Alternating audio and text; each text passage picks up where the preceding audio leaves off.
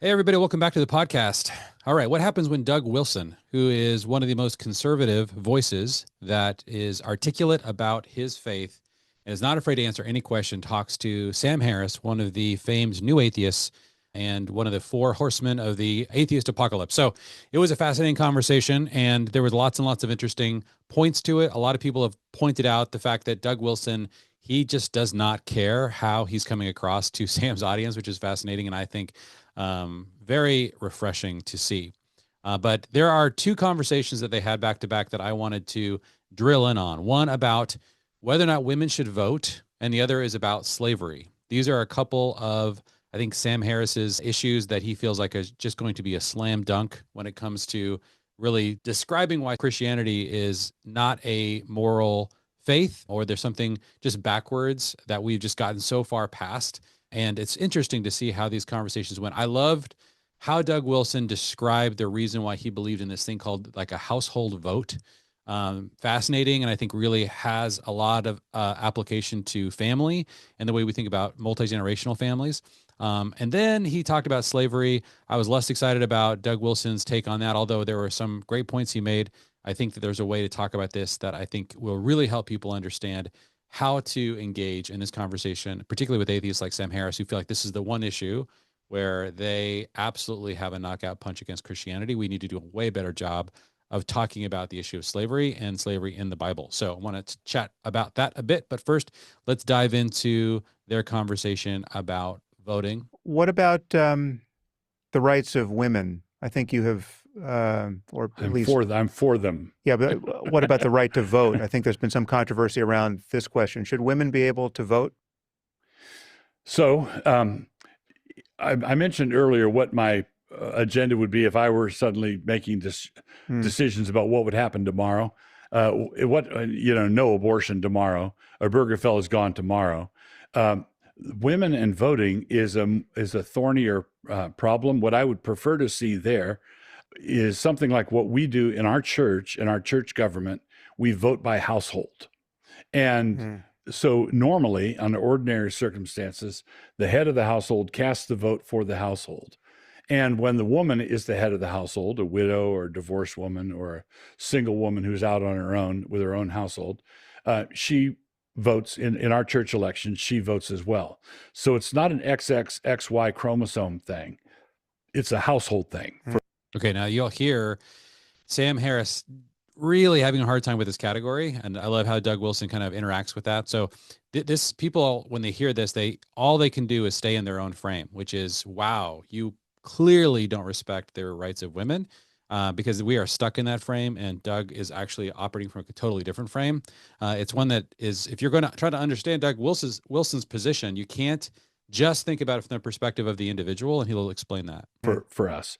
Now, what I would like to do is I'd like the church to practice that kind of polity in church government for a century or two, and have people admiring it and seeing how well it works and adopting it gradually and slowly into our civic affairs. So it basically the same way that republicanism became, small r republicanism, became a thing, where that polity was beta tested, test driven first in church governments, in the Presbyterian movement and the Reformed Christian movement. This is how churches governed themselves. And that became sort of the lab in which we test drove this sort of governance, and it translated quite naturally into the civic arena. Okay, so it's really interesting the way he describes this here, and they don't really kind of touch on this topic in terms of the timeline Doug Wilson is describing. But keep in mind, what he's saying is that he would not change the voting rules tomorrow if he had the power, because he really sees politics as different than what is ideal. Politics, as he says over and over again in this interview, is the kind of science of what is possible, and not what is most ideal. So he's saying, look, you start in churches, you start in these small laboratories, you begin to experiment with a different kind of voting with this different household-based frame. And then over time, if people saw that and said, wow, that creates way better results, then you can start moving to something that's done sort of in a civic world. And that's kind of how things happen with it. Republicanism People really liked in the Presbyterian world how they would elect representatives to the synod, and this was part of what created the popular movement towards republicanism, in the small r republicanism, in different places like the U.S. So in the fullness of time, a single woman would still be able to vote, but once she married, then her husband would vote for her. Is that? Yeah. Well, her husband wouldn't vote instead of her. Her husband would cast the vote that she and her husband and household, he was representing the whole household. Right. But when presumably he would have the power to simply decide what the household should be voting, right? I mean, Sure. Isn't he in the leadership position there? Yes, he would have, if they disagreed, he would break the tie, and he might break the tie by going with her desires, or he might break the tie his way. But under the current system, where the husband and wife both go vote, if they agree with each other, all you're doing is multiplying the total tally by 2. And Right. if they disagree with each other, then they're just canceling each other out. They might as well just save the gas money and stay home and have a nice steak dinner. But it just seems there's something strange about the idea that, I don't know, someone like Amy Coney Barrett, right, who's a Supreme Court justice doing the Lord's work, presumably, supporting many the view of many religious people in this country. By virtue of being married, she shouldn't be able to vote, Right. or vote her conscience if it differed from her husband's in this Right. scheme. Yes, it seems the reason this slaps us in the face as being very odd, is because we are an atomistic generation. We think that the primary unit of society is the individual, and each individual is like a BB, and then you put all the BBs in a sack, and it's like a big beanbag, so you can push it in anywhere, and then you have certain lax moral things, ubiquitous porn and other things that in effect grease the BBs. I believe I'm a Burkean conservative, and I would go back to Burke's notion of the little platoons. I think a healthy society is a molecular society where each individual bonds in complex molecules with family, extended family, churches, denomination, towns, that sort of thing. You have complex molecules forming. And because we have a sort of a radical individualistic and egalitarian view, we want each individual to cast their sacred vote. Okay, and they'll talk about kind of how this has become like a sacrament, but I think it's really interesting for him to describe, and this is something we constantly are talking about when we look at families, multi-generational families and family teams, is the difference between thinking about the smallest unit of society as being the individual, or the family. Do we exist within these complex molecules, or are those incidental and that we are all simply lone individuals? And his point about the BB being in a sack and then getting greased by all of this basically libertarian sin, what he's saying is there are enormous downsides to this atomistic way of living, that we put each other together kind of an artificial. We're not relationally connected. We don't have sort of common bonds, but we are sort of stuck together because we are in the same sack. So we're all Democrats or Republicans or whatever, and you can kind of pull these individual BBs out of any structure. So you can have a family and have 5 of them in this structure and 4 of them in that structure. And then part of what we celebrate within this atomistic world is the right of each of us individually to just participate in whatever kind of sin meets our individual fancy. And so there isn't the kind of relational connection that would cause us to say, why aren't you working? Why are you indulging in that sin? You don't have a right to say that to me. Like, I'm a free and sovereign individual. There is nothing above me in society. I report to no one. I'm a part of nothing bigger than what I am as an individual. And this is really something that has sort of trickled down from our politics, from our philosophy of governing, that because we have in the Constitution, family is not mentioned, these more complex molecules are not mentioned, we decided to base society on the individual. Now, at the time, they were living in much more complex, these kind of molecular And even back then, the voting was different back then. There was different laws about voting and the need to own land and different things like this. But over time, because those things were not protected and preserved well in the Constitution, things sort of broke down from that molecular sort of life into this hyper atomistic individual life. And now it's sort of like become a sacred almost religion that I have the right as an individual, because I know that I am, as an individual, the most basic and sovereign unit of society, because of this my right to vote, which is where I exercise my power in the government. That this has sort of created a sort of a ripple effect and has been part of what has caused us to think differently about everything, to think atomistically or individualistically about everything. And so that's his point here he's going to make. And we treat it almost in a sacramental way. Mm-hmm. It's like a civic sacrament. I believe that the society would be much healthier if men learned to think of themselves as representing not their own opinions, but rather representing their household. Man, okay. This is something that is rarely articulated. So back during the time of when feminism was really beginning to emerge on the scene, there was a debate that occurred in the early 20th century about women's right to vote and women's suffrage. And there was a group of women that were loudly decrying this change. And so for people today to imagine women fighting against women having the right to vote seems the craziest idea ever. Why would you disenfranchise yourself? And when you read what they actually wrote, they were not necessarily fighting against women's right to vote.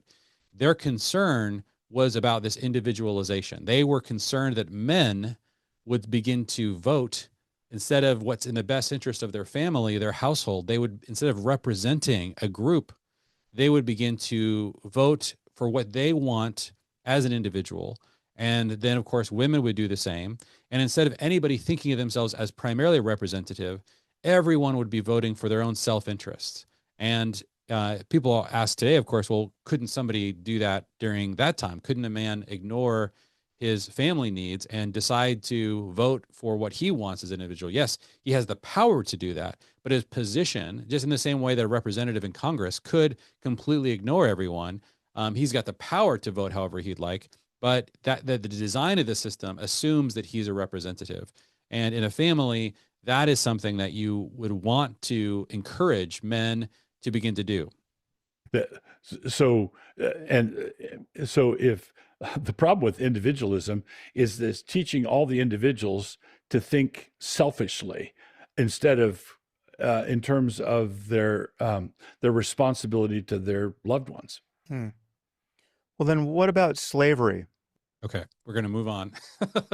And I was just waiting for the moment when Sam Harris was going to drill this one. But before we go there, I loved Doug Wilson's final point, and that is that part of what occurs in a society when you start thinking of yourself atomistically is everyone is actually discipled or encouraged or trained up to think of their own interests as being what is sacred. That has happened so thoroughly that it seems strange to us that you would use your power for anything else. Of course, you're going to use it to get what you personally want. Well, this is important to understand. This is an absolute disaster for the future. And we're already seeing the results of it. We're not going to survive politically this move. This will eventually unmake all of society until we come up with another system. There are even people who are hearkening back to the monarchy and saying maybe we need to reestablish that. The reason they're saying that is because what is in the best interest of a generation is always going to be against the interests of a future generation. And so you used to have, and a part of what it meant to vote on behalf of a household was that you were constantly thinking about the needs of your children and your grandchildren when you were casting that vote. But because we've broken this down individualistically, we have this catastrophe that's beginning to grow, which is that the older generations have far more political power, far more political savvy, far more money that they can give to political causes. And that will always be the case. And so they will always vote. If we're training everyone in society to vote for their own self-interest, they're going to always vote for their generational concerns at the expense of the future. And so they'll drive up things like massive deficits. They will They will constantly defend entitlements like Social Security and Medicare, anything that exists for their generation, even if it's destroying the future for their future grandchildren, because they've been trained to think of themselves as an individual. Now, this really began to happen a little bit less than 100 years ago. It took, the last 50, 60, 70 years to really get into the DNA of the upcoming generation. And now we're seeing the coming of age of a final group of people, the next generation of older people who now have that political power, who are almost entirely, people are making fun of the boomers, but they're the first generation fully trained without a real memory of what life was like before this hyper-individualism, this atomization of culture. And they are completely comfortable with it. They are unapologetic in their desire to bilk our country and our resources for everything that they can, for the sake of their comfort as individuals at the expense of future generations. And we will not recover or get over this, because what will happen, of course, is that the next generation will do the same, and the next generation will do the same, and this cannot exist forever. And so there will have to be a great remaking of the way that we think about politics, about power, about government. Now, one of the ways that could have been, we could have thought differently, and that we can in the future potentially, is we could start to think about ourselves as households again. We could begin to think of ourselves in these molecular bonds, and that we could begin to see ourselves, or our right to vote, as a right given to us, not as a privilege, but as a primarily responsibility, as a representative of a larger household. And so I need to think about the interests of my grandchildren when I go and cast my vote, not just my own personal interests. Well, if that's going to be very difficult to bring that back. One of the most important and most overlooked leadership roles a man can step into is leading his own family, not by dominating, but by building intentionally with structure, vision, and consistency. That's why I want to tell you about something called the Family Teams Accelerator. It's a 12-month framework for building a home that runs on purpose instead of chaos. Each month, you'll get a short teaching, a set of tools, and a simple playbook you can walk through with your spouse. It's built for busy families, but more importantly, it's built to last. You don't need hype, you need a plan. If that resonates with you, check it out at familyteams.com/accelerator.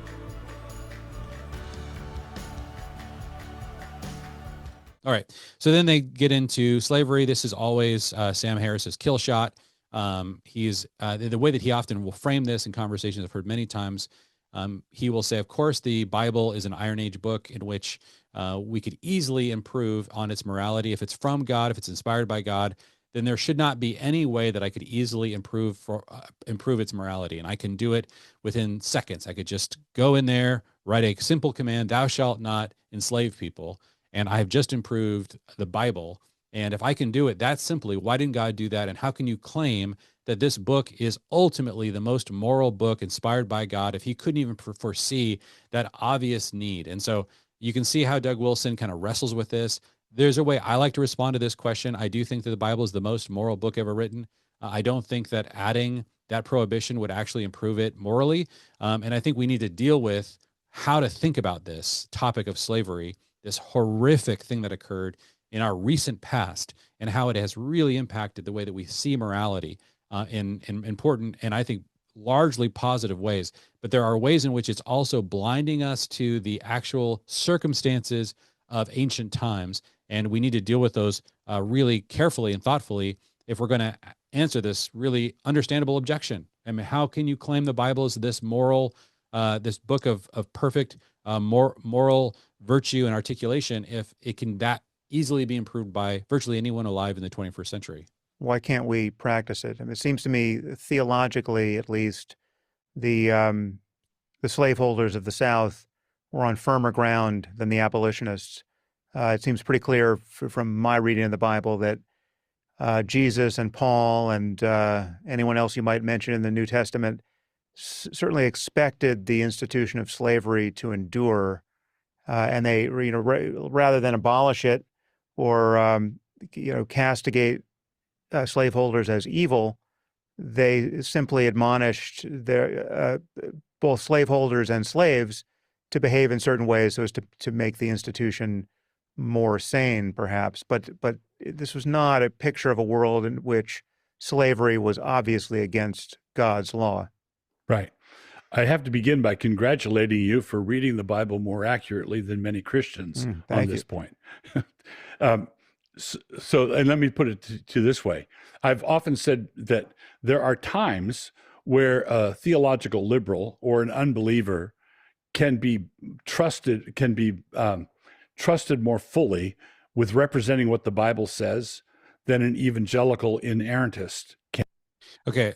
I really don't like where Doug kind of begins the conversation. I appreciate a lot where he ends this conversation, but part of the frustration here is Sam Harris is making two different points. Number one, he says that the slaveholders of the South were on firmer theological footing than the abolitionists. That is absolutely not true. It's not true in any part of the Bible. And Doug Wilson will eventually point this out, that the Bible forbids kidnapping, and everything about the industrial kind of way that the transatlantic slave trade occurred, the kind of chattel slavery that started with kidnapping and end with the level of property rights that were given to slaveholders.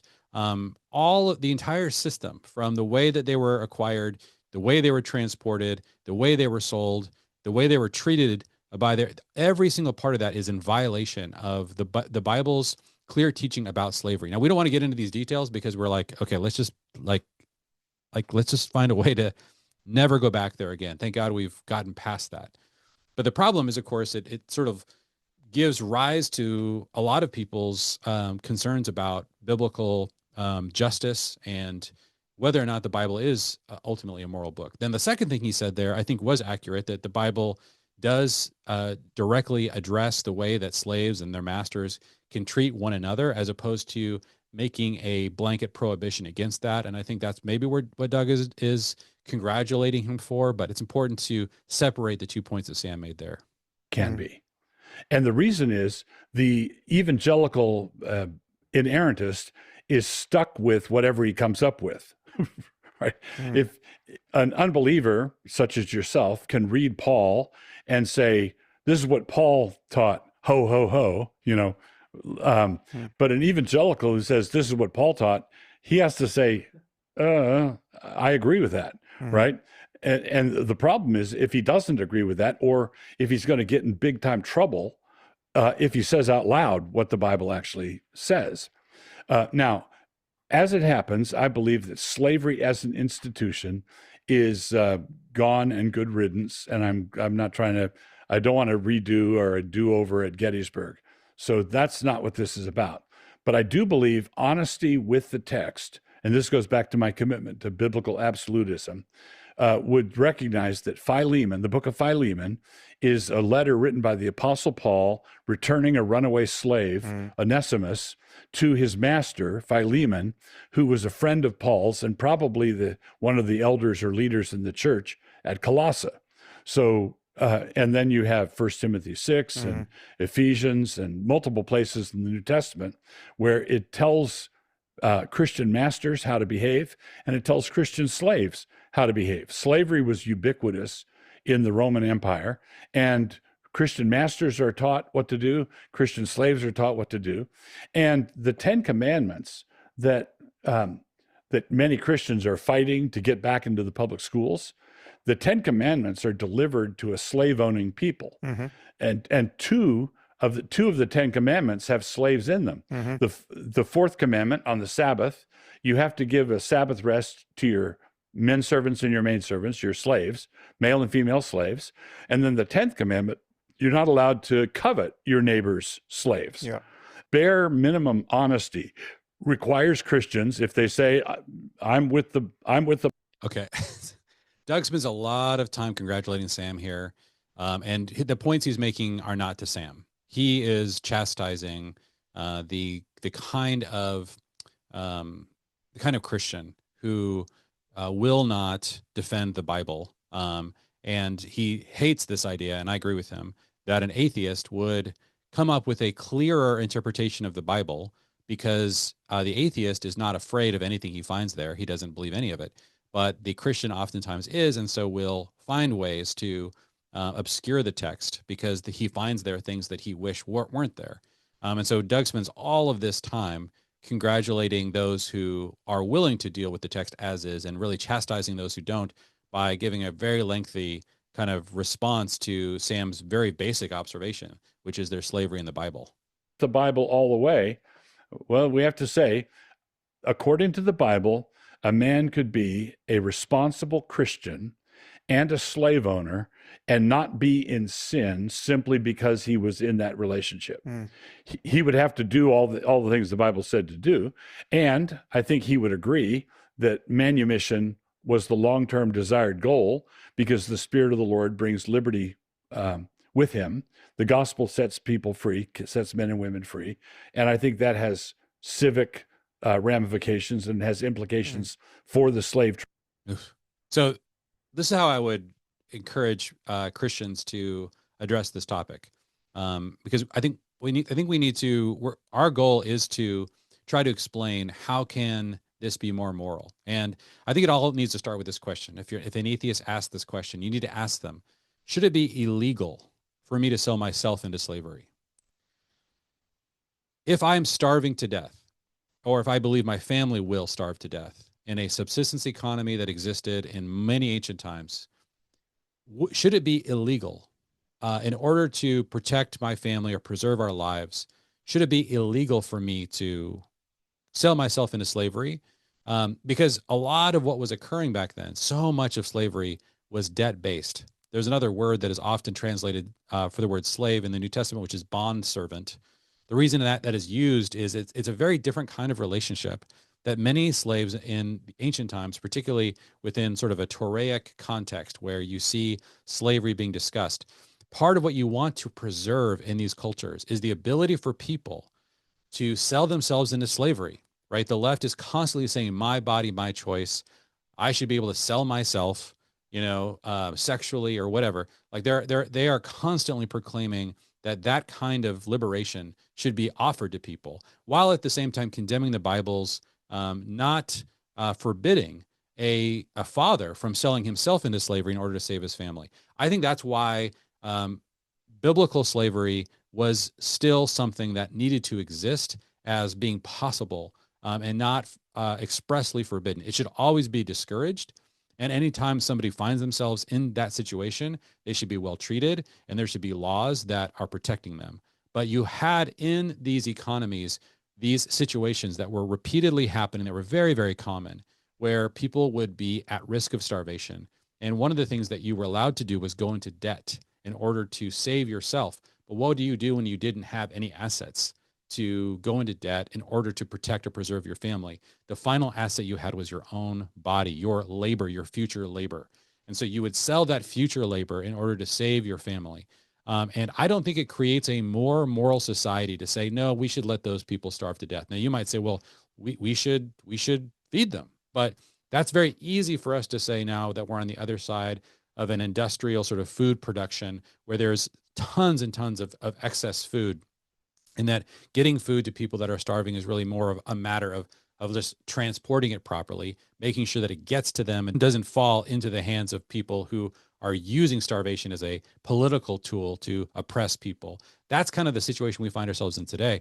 That was not what was occurring in ancient times. People were oftentimes in terrible situations where they were struggling with famines and other reasons for their wars and other causes of the levels of food insecurity that caused them to want to go into debt in order to not die this horrible, horrible way, or watch their children die of starvation.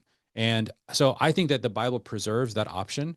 And then they would extend that option for other reasons. And you can like debate whether or not that's wise. So is it wise for someone to go into debt through slavery in order to buy a field so that someday in the future they might be able to provide for their family in better ways? Was it a bad idea during the 17th century? People oftentimes would sell themselves into indentured servitude for 7 years to gain the passage from the old world to the new world. They would be forced to work as indentured servants for 7 years, often, in order to pay off whatever costs were associated with them coming to the new world. And then they were like, this is a better deal for me and my family. Like we could live in the old world and be in grinding poverty, or we can sell ourselves as indentured servants, get across the Atlantic, work for 7 years, and then be free to buy land. So these are examples that are totally illegal today because they all fall under the rubric of slavery. But we still today, we practice all kinds of slavery, things that would be considered slavery in ancient times. We just don't call it that. There's all kinds of examples. The examples like when somebody goes into to college and takes out enormous amounts of loans that puts them for decades into servitude to a lender who is insisting, and they cannot discharge that debt in any way, even in bankruptcy. There is no necessarily rest for them. I mean, one of the things that in ancient times, when you would enslave someone because they were in debt to you, you were still forced to help them pay that back by giving them something to do in order to repay that debt so they can get out of slavery. Today, we don't do that at all. Like we have people going to college, getting into hundreds of thousands of dollars worth of debt, and then they may not find a job. And they simply will watch those interest payments pile up over time and just crush them, right? That's an example of modern slavery. We wouldn't call it that because we don't associate debt with slavery. We associate racism with slavery. That is a much more recent frame. And racist-based, kidnap-based slavery, the kind of slavery that happened in the transatlantic slave trade, again, would have always been illegal according to Toraic law. There are so many laws, so many specific rules and laws that were violated in every step of that process. We also do things like when there's a POW, we forced German soldiers to work, and they were very, very happy compared to their counterparts in for example, Russian POWs of the Germans. They were enslaved in one way, but we also required many of our German prisoners of war to work in farms when they were, and that was considered slavery. We didn't call it that. We don't call it that today. Anytime somebody's in prison, and their entire prison system was based on slavery in ancient times. Today, we still have a fair amount of that going on within prison systems. And so if these things, because we've associated slavery with one activity that is related to the kind of race-based slavery that started with kidnapping and then ended with chattel slavery, where the slaves had no rights at all, and in a really industrial level economy where this could be done at massive scale, that just does not care about life in that sense, then we say, well, look, aren't we so moral? We outlawed that. And we're not that moral. That would have been outlawed in many, many societies, including any society based on the Bible. But they would allow bond servants, they would allow indentured servitude, they would allow somebody to sell themselves into slavery to an advantage that they believed they could get in order to provide a better future for their family. These were things that were allowed. They're not necessary any longer. There's better tools for that. And again, we have a lot of those same levels of slavery happening in our society today, but we just don't call it that. So that's kind of, I think, a better framing for how to think about the topic. But I do appreciate a lot of the things that Doug says here about Philemon. Trade and so on. But you're absolutely right. One other thing, the slave trade is prohibited in Scripture. Kidnapping was a capital offense in order to sell someone was a capital offense in the Old Testament. And the slave trade, the Middle Passage slave trade, was appalling, an abomination. And so by talking about the relation of a Christian master and a Christian slave, I'm not defending all the abuses. Yeah, except it would have been so easy had God or Jesus or anyone else in the Bible wanted to make it clear that slavery was an abomination. They simply could have said that, right? I mean, because slavery is not an abomination. The kind of slavery, we've decided to take that word and associate it with an abomination. That's what's occurred. And this is where Sam's getting all wrapped up. And this is the reason why you have to disentangle these things. We still practice a lot of elements that would have been called slavery in ancient times, and we don't call those an abomination. So we have to, the only way to get into this topic is to disentangle this word from our recent past, the abomination that did happen in our recent past.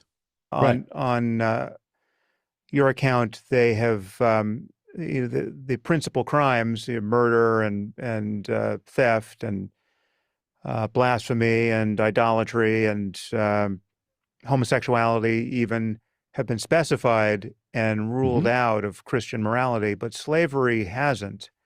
Literally owning another person and forcing them to be your farm equipment is part of the literally owning another person and forcing them. So again, like if you chose, again, you have to defend if you're an atheist, if you're a libertarian, if you're left leaning, why can't I sell myself into slavery? Is there no situation, no circumstance, no place in which that should be legal in order for me to get an advantage that me as an adult, as somebody who's trying to provide for my own family, I want to have the right to do that.